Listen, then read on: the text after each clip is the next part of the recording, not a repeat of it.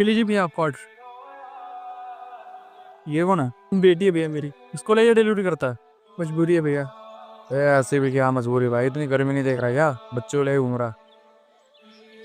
फिर जब ये पैदा होने वाली थी ना, तो इसकी माँ ने मुझे बोला था। सुनो, हाँ। मैं सोच रही थी कि टीचिंग का कोर्स कर लूं। तुम तो कमा ही रहे हो, मैं भी कमाने लग जाऊंगी तो सही हो जाएगा। और पैसे भी कुछ समय बाद तो हमारा खर्चा बढ़ ही जाएगा। हाँ तो कर लो, इसमें दिक्कत क्या है? एक दिक्कत है, क्या? 1 लाख तक खर्चा आ जाएगा। कोई बात नहीं, तुम फॉर्म भर दो, मैं करता हूँ कुछ जुगाड़। भैया उस टाइम मेरे पास इतने पैसे नहीं थे, तो मैंने अपनी बाइक बेच दी। सोचा कुछ टाइम साइकिल पे कर लेता हूँ डिलीवरी, तब तो मेरी वाइफ की नौकरी लगी जाएगी, तो सब ठीक हो जाएगा। फिर ले नौकरी। या नौकरी तो लगी पर क्या पर?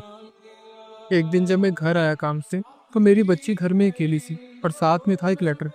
उसमें लिखा था। भरत, मुझे माफ करना, पर मुझे ये कदम उठाना पड़ा।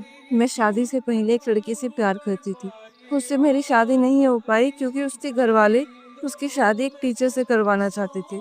पर उस टाइम पैसे ना होने की वजह से मैं ये नहीं कर पाई, और मेरे घर वालों ने समाज में बेइज्जती के चक्कर में मेरी शादी तुमसे करवा दी इस चक्कर में। और उस समय मैं ये जॉब नहीं कर पाई, पर अब मेरी जॉब लग गई है, तो मैं उसके पास जा रही हूँ। तुम बच्चे का ध्यान रखना। Thank you.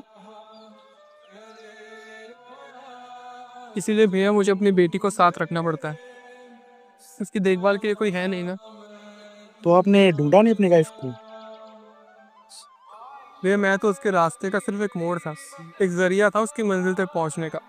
उसकी असली मंजिल हमारी खुशियाँ नहीं, उसका पहला प्यार था। इसीलिए छोड़ के चली गई। लेकिन मेरे चेहरे की मुस्कान मेरी बेटी को छोड़ गई। इसी के लिए करता हूँ इतना सब कुछ। मान गए भाई, हिम्मत वाले बड़े। क्या हुआ, इतना टाइम क्यों लगा रहे हो गेट पे? आ गया बस। वो भैया कुछ बात बता रहे थे, बहुत गलत हुआ इनके साथ।